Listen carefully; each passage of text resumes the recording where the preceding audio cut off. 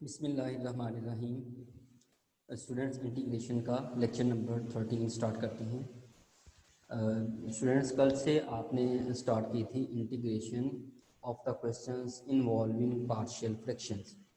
आपने ऐसे क्वेश्चंस की इंटीग्रेशन स्टार्ट की थी जिनकी इंटीग्रेशन के लिए पहले आपको क्या करना पड़ता है, पहले आपको उनकी पार्शियल फ्रैक्शन बनाना पड़ती है।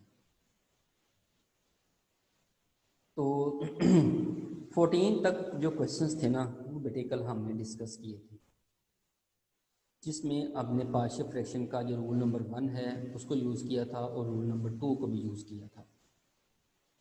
आज हम ये 15 क्वेश्चन से स्टार्ट कर रहे हैं। एक्चुअली 15 क्वेश्चन है ना, ये भी रूल 2 का ही है। जो केस 2 आपके पास बनता है पार्शियल फ्रैक्शन का, ये केस 2 का ही क्वेश्चन है। लेकिन यहाँ पर ना एक प्रॉब्लम है, ज़रा क्वेश्चन की तरफ गौर कीजिए। ऊपर x प्लस 4 लिखा हुआ है, नीचे है x cube minus 3x² plus 4। Denominator में फैक्टर्स नहीं लिखे हुए पहला प्रॉब्लम ये है। और फिर डिनोमिनेटर में क्यूबिक पोलिनोमियल लिखी हुई है, ऐसी पोलिनोमियल है जिसकी डिग्री 3 है। अब सबसे पहला तो प्रॉब्लम यह है कि इसकी आप जो है ना वो फैक्टराइजेशन कैसे करेंगे। बेटे आपने एक मेथड सीखा हुआ है फैक्टराइजेशन का फर्स्ट ईयर के चैप्टर 4 में। वहाँ पर आपने एक सिंथेटिक डिवीजन का मेथड सीखा था, जिसमें आप क्या करते हैं, आप पोलिनोमियल की फैक्टराइजेशन करते हैं। जैसे ये पोलिनोमियल आपके पास है, ये साइड पे हमने फैक्टराइजेशन की है, x cube minus 3x² plus 4, ये पोलिनोमियल हमने लिखी है। आप बेटे सिंथेटिक डिवीजन का मेथड यूज़ करते हैं और एक रूट फाइंड करते हैं बाय इंस्पेक्शन। इंस्पेक्शन में आप x की डिफरेंट वैल्यूज़ यहाँ पर प्लग इन करते हैं और देखते हैं कौन सी वैल्यू उसको 0 बना देती है। तो आप अगर 1 पुट करेंगे तो 0 नहीं बनेगा, लेकिन जब नेगेटिव 1 पुट करेंगे तो इसका आंसर 0 बनता है। इसका मीनिंग ये होगा कि x इक्वल टू -1 इसका पोलिनोमियल इक्वेशन का एक रूट हमारे पास आ गया। अगर x इक्वल टू -1 एक रूट है तो -1 को जब लेफ्ट साइड पे लेके आएंगे तो वो बनेगा x प्लस 1। x प्लस 1 बेटे क्या बनेगा, वो एक फैक्टर बन जाएगा, यानी कि पोलिनोमियल का एक फैक्टर आपके पास जन्म आ चुका है। अदर फैक्टर्स फाइंड करने के लिए आप क्या करेंगे, आप सिंथेटिक डिवीजन का मेथड लगाएंगे। इस मेथड में बेटे आप क्या करते हैं, आप इस तरह का एक टेबल जनरेट करते हैं, जिसकी ऊपर वाली फर्स्ट रो में आप x की पावर से कोफिशिएंट लिखते हैं। यहाँ पर x क्यूब है, उसका कोफिशिएंट 1 है। उसके बाद x की पावर 2 का अगर आप कोफिशिएंट देखें पोलिनोमियल में तो वो किसके इक्वल है, वो -3 के इक्वल है। x की पावर 2 के बाद x की पावर 1 वाली टर्म होनी चाहिए थी, वो यहाँ पर चूंकि नहीं है तो आप उसकी जगह पर क्या लिखेंगे, 0 लिखेंगे। और उसके बाद कांस्टेंट टर्म आपके पास आ जाएगी, दैट इज इक्वल टू 4। अब आपने जो एक रूट इसका फाइंड किया हुआ है -1, वो आप यहाँ पर साइड पे लिखते हैं और सिंथेटिक डिवीजन का प्रोसेस आप स्टार्ट करते हैं। प्रोसेस बेटे क्या होता है कि जो फर्स्ट टर्म यहाँ पर होती है ये एज इट इज नीचे आ जाती है, और जिस पे आप डिवाइड कर रहे हैं -1 को इस नीचे वाली वैल्यू से मल्टीप्लाई करेंगे, जो रिजल्ट आएगा उसको नेक्स्ट टर्म के नीचे लिखेंगे। -1 × 1 विल बी -1, वो नेक्स्ट टर्म के नीचे। और वर्टिकली इसको क्या करेंगे, ऐड करेंगे। -3 और -1 क्या बन गया, -4। उसके बाद फिर इस नीचे वाली वैल्यू को जिस पे डिवाइड कर रहे हैं इससे मल्टीप्लाई करेंगे और नेक्स्ट टर्म के नीचे लिखेंगे। -1 को जब -4 से मल्टीप्लाई करेंगे तो 4 आएगा, 4 बेटे इस 0 के नीचे आ गया। अब अगेन वर्टिकली ऐड करेंगे, 4 आ गया ऐड करने से। अगेन 4 को -1 से मल्टीप्लाई करके -4 आता है, उसको नेक्स्ट टर्म के नीचे लिखेंगे। वर्टिकली ऐड करेंगे तो ये बन जाएगा 0। जिस पे आप डिवाइड कर रहे हैं अगर तो बेटे वो इसका फैक्टर है तो यहाँ पर लाजमी तौर पर क्या आना है, वो 0 आना है। अब अदर फैक्टर कैसे निकालेंगे, ये जो आपके पास 3 नंबर्स आए हैं, सबसे एंड वाला एज इट इज आएगा, उसके जो पीछे वाला है उसके साथ x की पावर 1 है, उसके पीछे के साथ x की पावर 2 लगा देंगे। अगर उसके पीछे कोई और भी होता तो उसके साथ x की पावर 3 लगा देते हैं, लेकिन कोई और नहीं है तो इसका दूसरा फैक्टर क्या बनेगा, 1x² - 4x और प्लस। अगर आप और करें तो ये x-2 का स्केयर बन चुका है। अब बेटे ये जो गिवन पोलिनोमियल थी x³ - 3x² प्लस 4, इसके फैक्टर क्या बन गए हैं, एक फैक्टर x प्लस 1 जो पहले से आपने फाइंड किया था, एक यहाँ से बन गया x माइनस 2 का स्क्वायर। तो ये बेटे क्या हो गया, ये इस क्वेश्चन की जो कंप्लीट है डिनोमिनेटर की फैक्टराइजेशन हो गई। यही वो पॉइंट था, यही वो चीज़ थी इस क्वेश्चन में जो मैंने आकर समझानी थी। बाकी जो इस क्वेश्चन का मेथड है वो मैं पहले आपको कल ही करवा चुका हूँ। अब बेटे ये जो पोलिनोमियल है ये किसके इक्वल आ गई, x plus 1 into x minus 2 का स्क्वायर।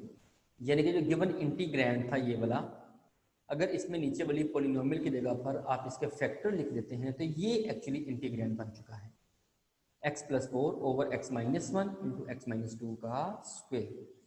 अब इसकी आपने पार्शियल फ्रैक्शन बनानी है और इंटीग्रेशन करनी है। अब ये पार्शियल फ्रैक्शन वाला कौन सा केस बन रहा है, अब ये केस 2 बन रहा है। तो केस 2 में आप पार्शियल फ्रैक्शन कैसे बनाते हैं, जो एक लीनियर है आप वो टर्म लिखते हैं, फिर जो रिपीटिंग होती है टर्म x माइनस 2 का स्क्वायर है, ये x minus 2 two times repeat हो रहा है, तो इसको आप कैसे लिखेंगे, फर्स्ट टर्म के नीचे x माइनस 2 फिर नेक्स्ट के नीचे x माइनस 2 का स्क्वायर लिखेंगे। अगर यहाँ पर क्यूब होता तो एक और टर्म भी आ जाती जिसके नीचे x माइनस 2 का क्यूब आता। क्योंकि ये फैक्टर्स लीनियर हैं तो ऊपर एक एक कांस्टेंट आता जाएगा a b c। अब ये जो ए बी सी की वैल्यूज फाइंड करना है ये कल हमने डिटेल में सीखा था, वही प्रोसेस यहाँ पे चल रहा है। तो अब बेटे आगे आपने इसकी पार्शियल फ्रैक्शन बना के कल वाले मेथड से इसको कंप्लीट कर लेना है। जो सिमिलर थिंग्स हैं बेटे आपको पता है, मैं आपको पहले भी बार बार कह चुका हूँ कि जो सिंपल चीज़ें हैं उनकी हम जो है ना वो टाइम जो है ना वो वेस्ट नहीं करेंगे।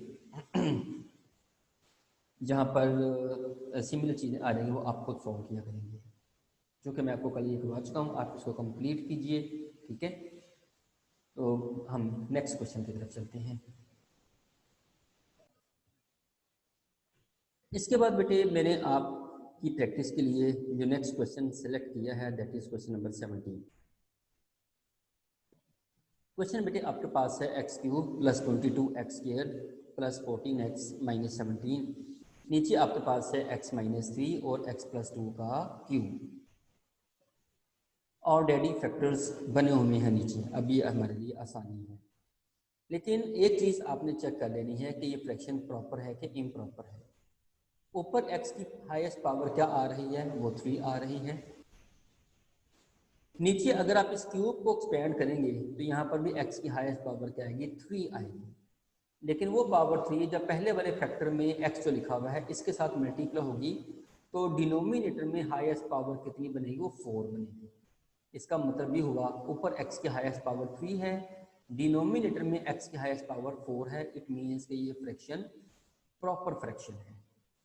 अगर प्रॉपर फ्रैक्शन है और फैक्टर्स ऑलरेडी बने हुए हैं तो आपने कहाँ से स्टार्ट करना है, आपने इसकी डायरेक्ट पार्शियल फ्रैक्शन बनाना स्टार्ट करनी है। तो कितनी पार्शियल फ्रैक्शन इसकी बनेगी, एक बनेगी x माइनस 3 के लिए और x प्लस 2 की पावर 3 के लिए कितनी बनेगी, 3 इसके लिए बनेगी। टोटल कितनी पार्शियल फ्रैक्शन बनेगी, 4 बनेगी। वो कैसे होगी, एक के नीचे x माइनस 3 है, नेक्स्ट के नीचे x प्लस 2, फिर x प्लस 2 का स्क्वायर, फिर x प्लस 2 का क्यूब। क्योंकि ये सारे फैक्टर्स लीनियर हैं, ऊपर क्या आएगा, एक एक कांस्टेंट आएगा a b c d। अब बेटे आपने a b c d की वैल्यूज फाइंड करनी है। उसके लिए ये जो लेफ्ट पे वैल्यूज डिवाइड हो रही है इससे आप पूरी इक्वेशन को मल्टीप्लाई कर दें तो लेफ्ट साइड पे आपके पास आ जाएगा x cube plus 22 x square plus 14 x minus 17। जब इसके साथ मल्टीप्लाई करेंगे तो x प्लस 2 का क्यूब कैंसिल होगा बेटे, a के साथ आ जाएगा, सॉरी जब a वाली टर्म के साथ मल्टीप्लाई करेंगे तो x माइनस 3 कैंसिल होगा और a के साथ आ जाएगा x प्लस 2 का क्यूब। जब b वाली टर्म के साथ मल्टीप्लाई करेंगे तो x प्लस 2 की एक पावर कैंसिल होगी, x माइनस 3 भी साथ रहेगा और x प्लस 2 का स्क्वायर आ जाएगा।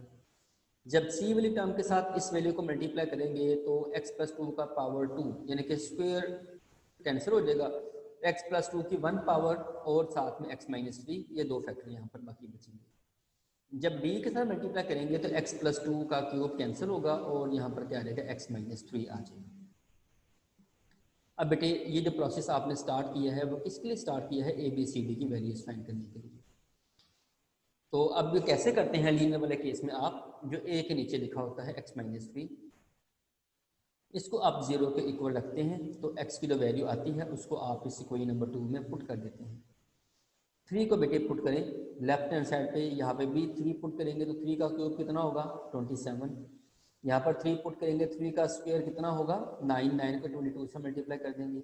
यहाँ पर 3 पुट करेंगे तो 14 मल्टीप्लाई 3 माइनस 17 करेंगे। ये पूरी वैल्यू को सॉल्व करके जो आंसर आएगा हमारे पास वो होगा 250। यहाँ पर भी इक्वल टू के बाद भी जहाँ जहाँ एक्स है वहाँ 3 पुट करें। जब ए वाली टर्म के साथ यहाँ पर 3 पुट करेंगे तो 3 + 2 का क्यूब यानी कि 5 का क्यूब बनेगा जो 125 इक्वल है। नेक्स्ट वाली टर्म में जब यहाँ 3 पुट करेंगे तो 3 - 3 0, ये सारी की सारी टर्म 0 हो जाएगी। नेक्स्ट वाली भी 0 हो जाएगी, उससे नेक्स्ट वाली भी 0 हो जाएगी। जब 125 रख डिवाइड होगा तो ए की वैल्यू हमें मिल जाएगी। अब बेटे क्या करेंगे, जो बी के नीचे लिखा हुआ है इसको अब 0 के इक्वल रखें। x + 2 को 0 के इक्वल रखा आपने, x की वैल्यू क्या आएगी वो -2 के इक्वल है। अब जहाँ जहाँ x है वहाँ क्या पुट कर देना आपने -2। लेफ्ट हैंड साइड पे भी -2 पुट करेंगे तो वो आपके पास टोटल सॉल्व करने से 35 बनेगा। ए वाली टर्म में जब आप यहाँ पे -2 पुट करेंगे तो ये 0 होगा, ये वाला फैक्टर भी 0 होगा, इससे नेक्स्ट वाली टर्म भी 0 हो जाएगी। डी वाली टर्म 0 नहीं होगी। जब यहाँ -2 पुट करेंगे तो -2, -3, -5 होगा। ये -5 जब जाके डिवाइड होगा तो -7 आ जाएगा। अब बेटे आपके पास ए भी आ गया और डी भी आ गया। अब रिमेनिंग वैल्यूज फाइंड करने के लिए आप क्या करेंगे, आप इस इक्वेशन के जो कोफिशिएंट्स हैं उनको कंपेयर करें। ठीक है जी, फ्रॉम टू। अब आप पहले इसकी ब्रैकेट्स को मूव करें, सबको आपस में मल्टीप्लाई करें, फिर कोफिशिएंट्स को कंपेयर करके इक्वेशंस बनाएंगे। उन इक्वेशन से बी और सी की वैल्यूज फाइंड होंगी। तो चलते हैं इनके सारे फैक्टर्स को आपस में मल्टीप्लाई करते हैं। From equation two, left hand side सारी बेटे आपके पास एज इट इज है। राइट हैंड साइड पे ए आपने लिखा और इस पे आपने a + b के क्यूब का फॉर्मूला लगा। क्या फॉर्मूला आता है बेटे, a³ x का क्यूब + b³ b की जगह पे 2 लिखा हुआ है, 2 का क्यूब करेंगे तो 8 आएगा। उसके बाद हम लिखते हैं +3ab 3 × x × 2 और फिर ब्रैकेट के अंदर क्या लिखते हैं a + b यानी कि x + 2। यहाँ पर आपने a + b के क्यूब का फॉर्मूला लगा। नेक्स्ट बी वाली टर्म में x - 3 एज इट इज है, x + 2 के ऊपर आप स्क्वायर का फॉर्मूला लगा देंगे x² + 4x + 4। और उसके बाद c के साथ जो टर्म है इनको आपस में मल्टीप्लाई कर देंगे। x × x x² होगा, x को 2 से मल्टीप्लाई करेंगे तो 2x होगा, -3 को x से मल्टीप्लाई करेंगे तो -3x होगा, -3 को 2 से मल्टीप्लाई करेंगे तो -6 होगा। ठीक है जी, ये आपने सारी टर्म्स यहाँ पर इसकी लिखनी। यहाँ पर डी वाली टर्म भी इसके साथ होनी चाहिए, डी वाली के साथ कहना चाहिए +d × x - 3। तो यहाँ पे मिस हो गया है, लेकिन ये नीचे वाले स्टेप में लिख दिया दोबारा। ठीक है, तो बहरहाल आप इस स्टेप में भी इसके साथ लिख लीजिएगा d × x - 3 यहाँ पर भी है। अब आप इनको मजीद सिंप्लीफाई करें। ये जो 3x है ये 2 से होगा मल्टीप्लाई तो 6x बनेगा। उसको ब्रैकेट के अंदर वाले x से मल्टीप्लाई करेंगे तो 6x², 6x को 2 से मल्टीप्लाई करेंगे तो 12x। इन ब्रैकेट्स को भी आपस में मल्टीप्लाई करें।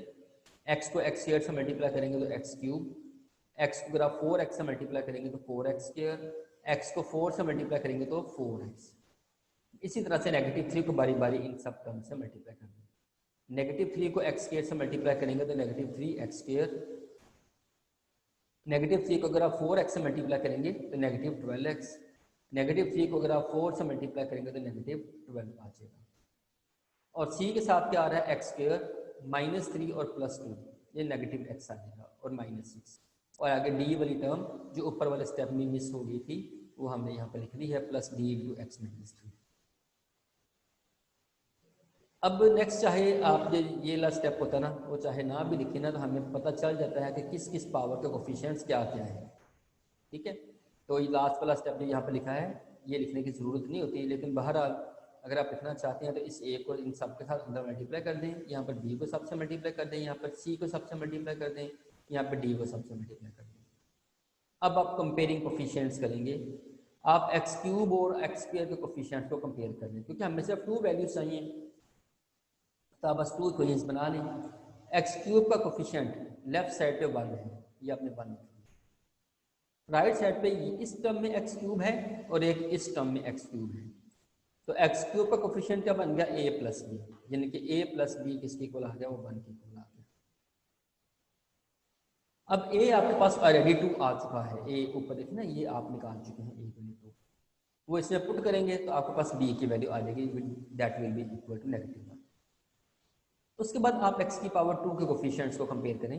लेफ्ट साइड पे बेटे x की पावर 2 का कोफिशिएंट क्या है, दैट इज 22। राइट साइड पे क्या है, ये 6a है, दूसरा ये आपके पास b है, तीसरा आपके पास ये c है। तो 6a plus b plus c equal to 22। अब बेटे a 2 आ चुका है, b -1 आ चुका है, a की जगह पे 2 लिख दिया और b की जगह पे -1 लिख दिया। ये 12 माइनस 1 हो जाएगा 11, 11 इधर आकर माइनस होगा, 22 माइनस 11 कितना हो जाएगा 11। तो बेटे ए बी सी डी सारी वैल्यूज फाइंड आउट हो गई। अब ए बी सी डी की सारी वैल्यूज को 1 में पुट करेंगे तो क्या बन जाएगी, पार्शियल फ्रैक्शन कंप्लीट हो जाएगी। लो बेटे, ये मैंने आपको वो चीज़ समझाई है जो मेरे समझाने वाली नहीं थी। पार्शियल फ्रैक्शन आपका फर्स्ट ईयर का टॉपिक है, वो आपको आना चाहिए, लेकिन बहरहाल मैंने डिटेल में कुछ क्वेश्चन इसलिए करवा दी हैं ताकि अगर किसी बच्चे को कोई बात भूली भी हुई है उसमें से तो वो याद आ जाए। पार्शियल फ्रैक्शन मेन हो गई, तो अब ये क्वेश्चन बहुत आसान है। अब आप इसकी इंटीग्रेशन कर दीजिए, बोथ साइड्स की इंटीग्रेशन, लेफ्ट साइड की भी और राइट साइड की भी, और राइट साइड पर सबके इंटीग्रेशन आप अलग अलग भी कर दें। 2 ओवर एक्स माइनस 3, 2 बाहर आ जाएगा, 1 ओवर एक्स माइनस 3 की इंटीग्रेशन अलग हो गई, नेगेटिव बाहर आ गया, 1 ओवर एक्स प्लस 2, 11 बाहर आ गया, एक्स प्लस 2 को ऊपर लेके जाएंगे, पावर -2 बन जाएगी, -7 बाहर आ गया, एक्स प्लस 2 को ऊपर लेके जाएंगे तो पावर -3 बन जाएगी। लो बेटे, सिर्फ एक स्टेप में इंटीग्रेशन इसकी हो जाएगी।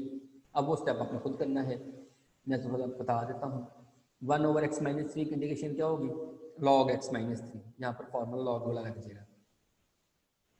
1 ओवर एक्स प्लस 2 की इंटीग्रेशन क्या होगी, log x प्लस 2, और x प्लस 2 की पावर जब लिखी होती है, लीनियर की जो पावर लिखी होती है उसकी इंटीग्रेशन कैसे करते हैं, पावर्स में ऐड करके डिवाइड, और इसमें भी क्या करेंगे, पावर में एक ऐड करके डिवाइड। लो बेटे, अब मुझे बताओ क्या इंटीग्रेशन मुश्किल है, एक स्टेप में इंटीग्रेशन हो रही है बस, ठीक है। सिर्फ आपको पार्शियल फ्रैक्शन पहले बनानी पड़ी है, अब एक स्टेप में इसके बाद इसकी इंटीग्रेशन कर देंगे तो हमारा क्वेश्चन जो है ना वो कंप्लीट है,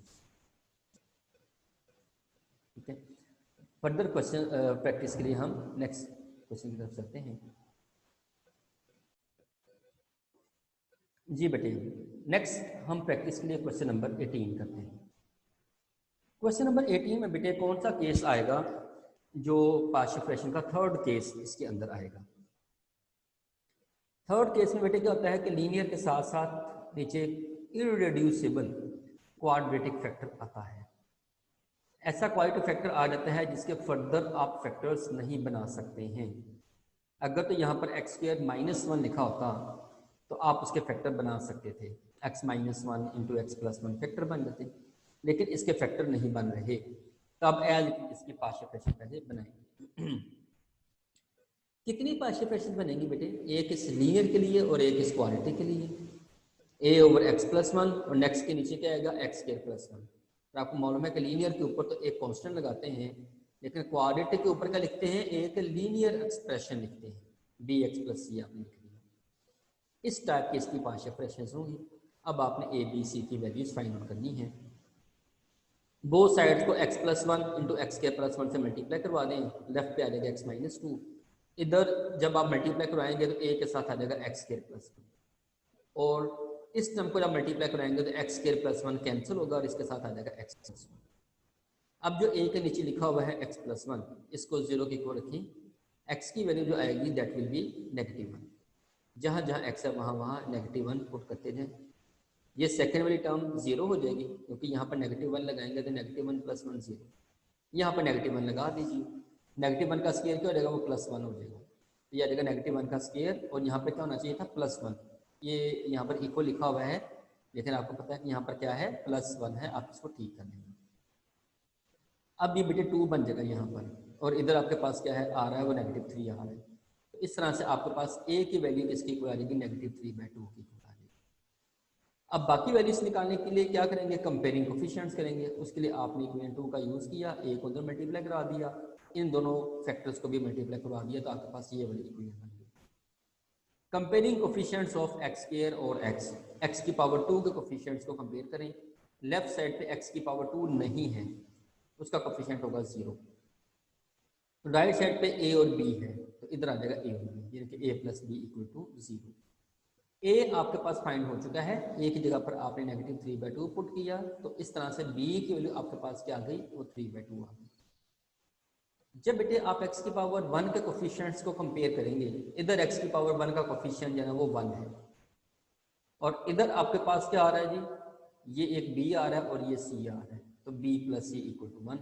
अब b फाइंड हो चुका है, 3/2 लगा दिया b की जगह पर, तो c की वैल्यू क्या होगी, 1 माइनस 3/2। आप इसका एलसीएम लेंगे तो ये आपके पास आ जाएगा -1/3। तो बेटे सारी वैल्यूज आपके पास आ गई, ए बी सी की वैल्यूज 1 में लगा देंगे तो क्या बन जाएगी, पार्शियल फ्रैक्शन बन जाएगी। ए की जगह पर ए की वैल्यू, बी की जगह पर बी की वैल्यू, सी की जगह पर सी की वैल्यू लगा दी। अब आप इसकी बोथ साइड्स की इंटीग्रेशन कर दीजिए। अब एक्चुअली इंटीग्रेशन स्टार्ट हुई है, पहले तो आपने पार्शियल फ्रैक्शंस बनाई। ये -3/2 बाहर आ गया, इन दोनों का अगर आप एलसीएम लेंगे तो 2 एलसीएम आएगा, वो 2 भी ये बाहर आ गया 1/2। ठीक है जी। अब इंटीग्रेशन नहायत आसान, 1/x+1 की इंटीग्रेशन, 1/लीनियर की इंटीग्रेशन कैसे करते हैं, आप लॉग ले लेते हैं। यहाँ पर जरा सीन देखें क्या क्रिएट हुआ है, नीचे बेटे क्वाड्रेटिक है, ऊपर लीनियर है। जब नीचे क्वाड्रेटिक और ऊपर लीनियर हो तो नीचे वाली वैल्यू का डेरिवेटिव हम ऊपर बनाया करते हैं, नीचे वाली वैल्यू का डेरिवेटिव हमने ऊपर बनाना है। कैसे बनेगा बेटे, x² + 1 का डेरिवेटिव क्या होगा, 2x होगा, ऊपर हमें 2x चाहिए, तो यहाँ पर तो x का कोफिशिएंट 3 लिखा हुआ है, 3 को यहाँ से खत्म करें, इन दोनों टर्म्स में से 3 कॉमन है, इसमें से 3 कॉमन लेंगे तो यहाँ पर नेक्स्ट स्टेप में x का कोफिशिएंट 1 बन जाएगा। इसमें तो 3 है ही नहीं, तो बेटे आपको मालूम है कि जो टर्म कॉमन लेते हैं अगर वो टर्म कहीं ना हो तो उससे क्या कर देते हैं, उससे उसको डिवाइड कर देते हैं, ये 1/3 बन जाएगा। अब यहाँ पर 2 चाहिए, 2x चाहिए हमें, 2 लेके आने के लिए 2 से मल्टीप्लाई भी कर दिया, 2 से डिवाइड भी कर दिया, जिससे डिवाइड किया उसको ये बाहर लिख दिया, जिससे मल्टीप्लाई किया उसको पूरी टर्म के साथ मल्टीप्लाई करना है। अब बेटे ये 2x जो है ना, ये नीचे वाली वैल्यू के ऊपर डेरिवेटिव बन चुका है। अब 2x के नीचे डिनोमिनेटर को अलग कर दें और -2/3 के नीचे डिनोमिनेटर को अलग कर दें, और बाहर वाला जो 3/4 था वो दोनों टर्म्स के साथ आ जाएगा, 3/4 3। ये बेटे क्या बन चुका है, ये नीचे वाली वैल्यू का डेरिवेटिव ऊपर बन चुका है, लॉ के फॉर्म में इसकी इंटीग्रेशन हो जाएगी। हमें मालूम है कि जब नीचे वाली वैल्यू का डेरिवेटिव ऊपर मौजूद होता है तो इंटीग्रेशन कैसे करते हैं, नीचे वाले का लॉग ले लेते हैं। ये क्या बन चुका है, ये भी नहायत आसान, 1/1 + x² की इंटीग्रेशन क्या होती है, tangent inverse x plus c लगा देंगे, इंटीग्रेशन कंप्लीट हो जाएगी। तो बेटे आप लोग देखिए किस कदर आसान जो है ना वो इंटीग्रेशन है, कि आपने पार्शियल फ्रैक्शन बनाई है और उसके बाद जो आपने पढ़ा है वो सारी टेक्निक्स, कोई नई टेक्निक है ही नहीं, 3.4 से पहले वाली टेक्निक्स ही यूज़ हो रही है। तो अब आप लोगों ने एक काम करना है, आप लोगों ने ना इसके 22 तक क्वेश्चंस कंप्लीट कर देने हैं आज, ठीक है। तो 22 तक क्वेश्चंस आप लोग इसके कंप्लीट करें, बाकी फिर इंशाल्लाह जो नेक्स्ट टाइम करेंगे। बेटे इन क्वेश्चंस के ना एक बार प्रैक्टिस करना बहुत ज़रूरी है, ठीक है। एक बार आप सारी ज़िंदगी में कर लेंगे ना, ये क्वेश्चन ऐसे हैं, इतने आसान है कि दोबारा ज़िंदगी में करने की ज़रूरत नहीं पेश आएगी आपको। आप मतलब नोट्स बना लें इसके नीट, तो आपके पास ये सारे किए हुए क्वेश्चन आपके हाथ के आपके पास आ जाएंगे। बाद में जब भी कभी ज़रूरत पड़े आपसे सिर्फ जो है ना उसको एक नज़र देखना है बस, ठीक है। थैंक यू वेरी मच, अल्लाह हाफिज़।